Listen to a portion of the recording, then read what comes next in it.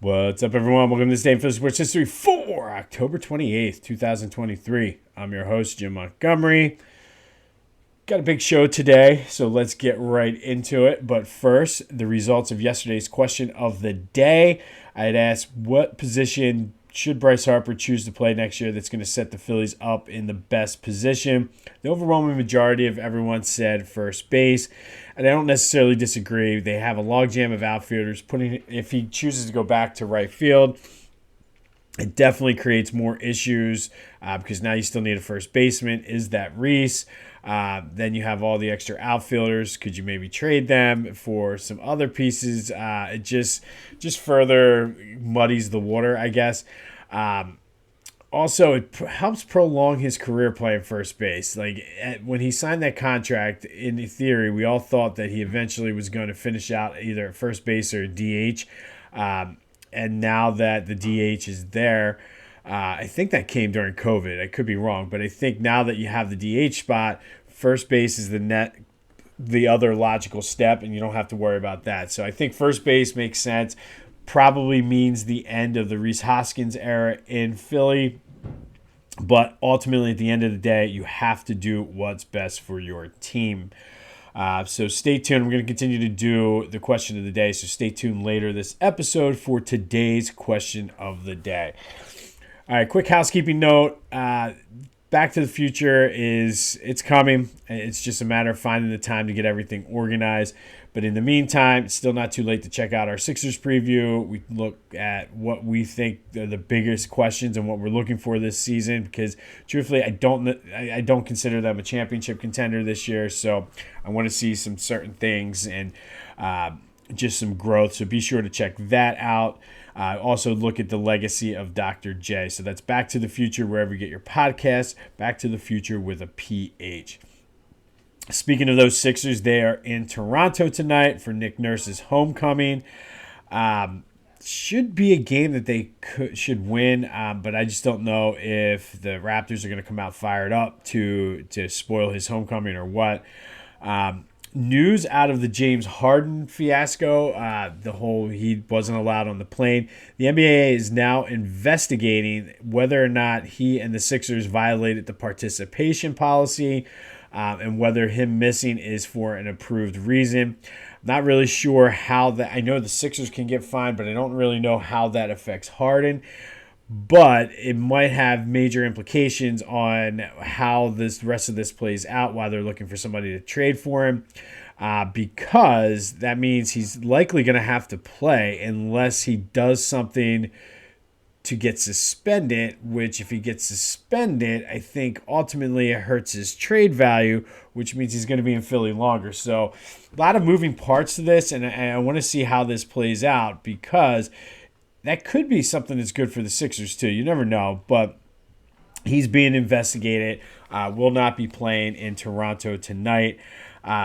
Also, some hard news. Part of the holdup, I guess, with the trade with the Clippers is the Sixers' insistence on Terrence Mann being included, and the Clippers saying no, he's untouchable. Well, rumors have been leaking out now that when the Clippers were interested in looking and trading for Drew Holiday, they offered Terrence Mann. And Drew Holiday is only a year younger than James Harden. Harden is a more dynamic offensive player. So that is only going to fuel more speculation and probably keep this whole trade thing going on the gerbil wheel. But more on that as we get it. Is your car a mess because of your kids or just you travel a lot for work and you have trash all over the place? Carcan.com has a solution for you. Carcan, it is a nice trash storage thing that fits right on the back of your seat. Looks nice. I've seen some of these things that just look clunky. This is a nice sleek thing that just fits right there. Your kids can throw their trash right in it and not on the floor of your car. You can also, if you buy two, you can use one for storage, one for trash, keep their coloring books or whatever when they're driving. If you're going on a super long trip, you can actually fill it with ice and put some juice boxes and cheese sticks and yogurts in it. It's a 3-in-1 storage. It's trash. It's a cooler. Go to carcan.com. If you don't have kids, they have all the solutions you need for organizing your car. So go check them out, carcan.com. While you're there, use the promo code Jim Montgomery 20 off, all one word, for 20% off of your order. Makes a great Christmas present, especially for those in the office. That's carcan.com, promo code Jim Montgomery 20 off for 20% off of your order. All right, it is MLS playoff action tonight down at Subaru Park. The Union take on the New England Revolution in Game 1 of their best-of-3 series. Good luck to them. We will have more on that tomorrow. Want to show your support for the Union? Go to phillygoat.com. They have an awesome selection of Union shirts. Pick up some Phillies gear, probably get set up for next year. They have awesome Kelly Green Eagle stuff. They're always constantly coming out with new stuff. They have a Princess Diana Kelly Green shirt with her wearing the Eagles jacket.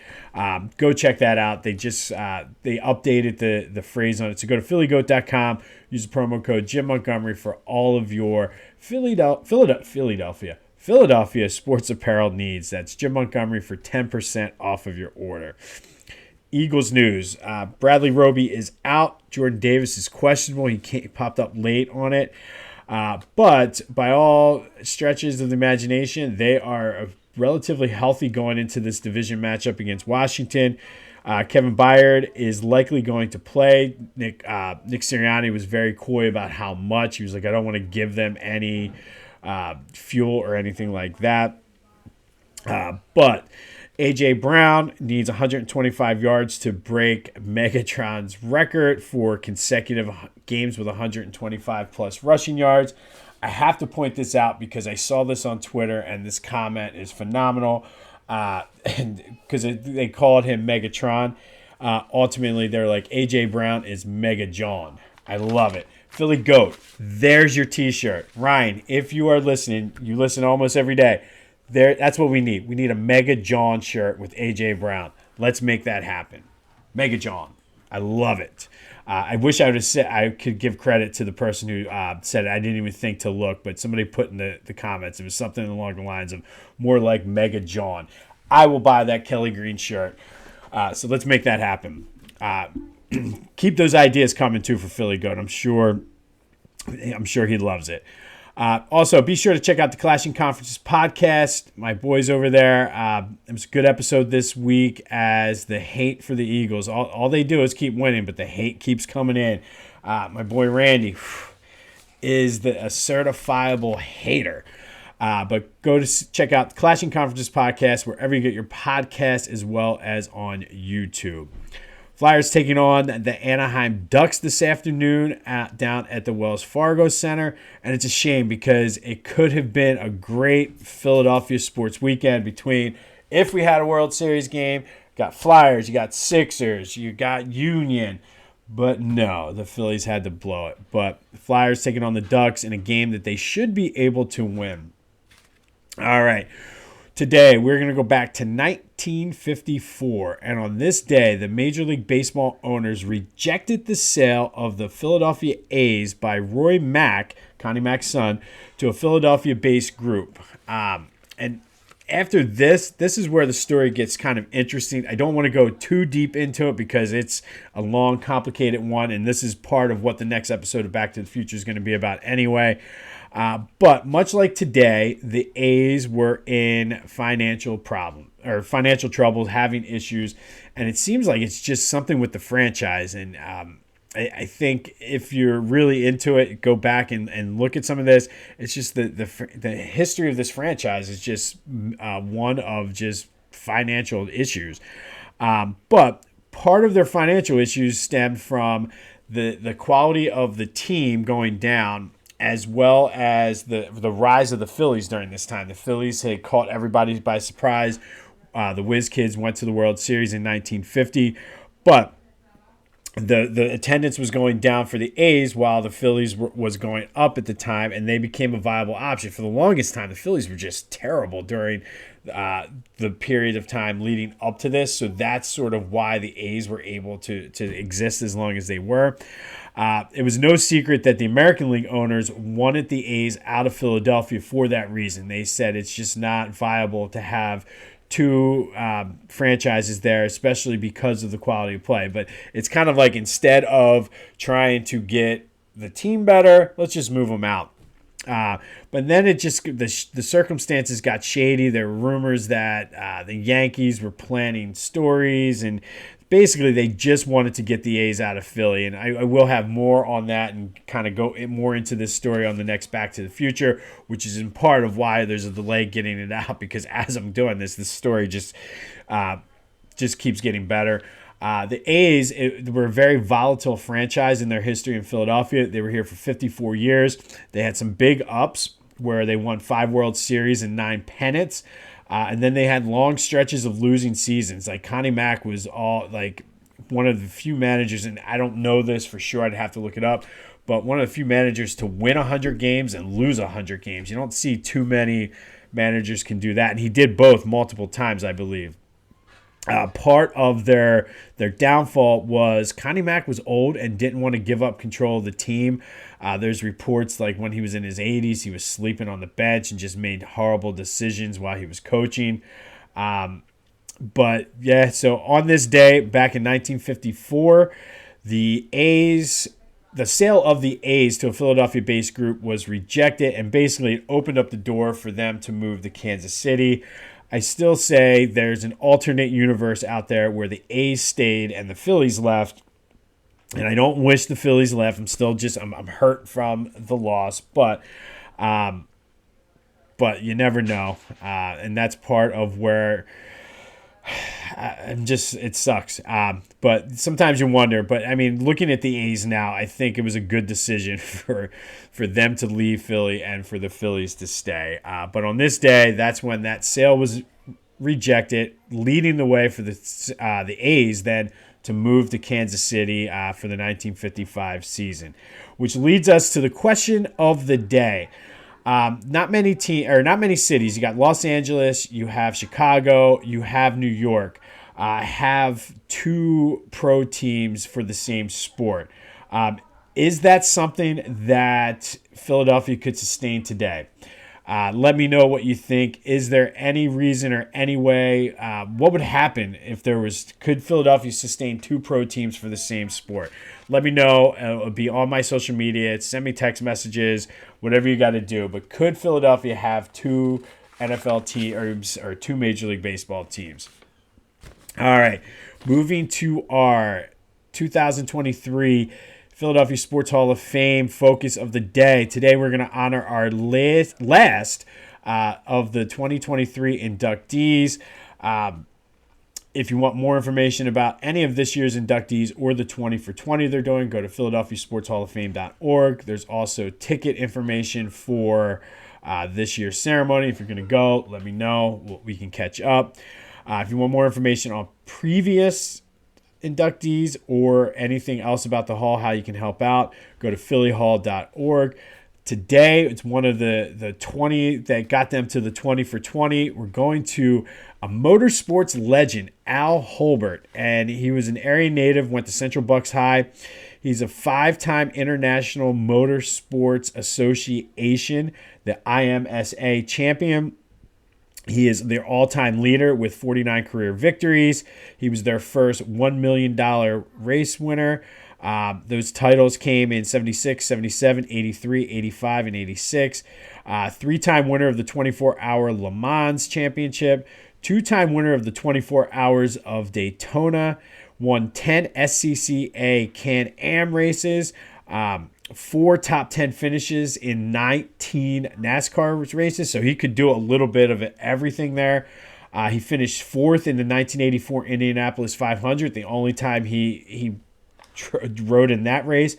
His number 14 is retired by the IMSA. He died, unfortunately, tragically in a plane crash at the age of 41, so his career was kind of cut short, but Lehigh University started a scholarship fund in his honor. The Al Holbert Memorial Award is presented to the Driver of the Year by Eastern Motorsports Press Association. The Al Holbert Cup is named after him. That's the Porsche Korea Cup North American champion receives the Al Holbert Cup, which is pretty cool. The Eastern Motorsports Press Association elected him into the Hall of Fame in 1989. The Motorsports Hall of Fame of America in 1993.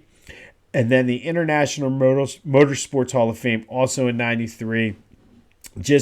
I'm not big into car racing, but I know that each of the, like, it's not just driving. Each of the different styles and organizations like IndyCar, NASCAR, they're all sort of, there's a different methodology to driving them. So the fact that he was able to be successful in multiple different motor racing is pretty amazing.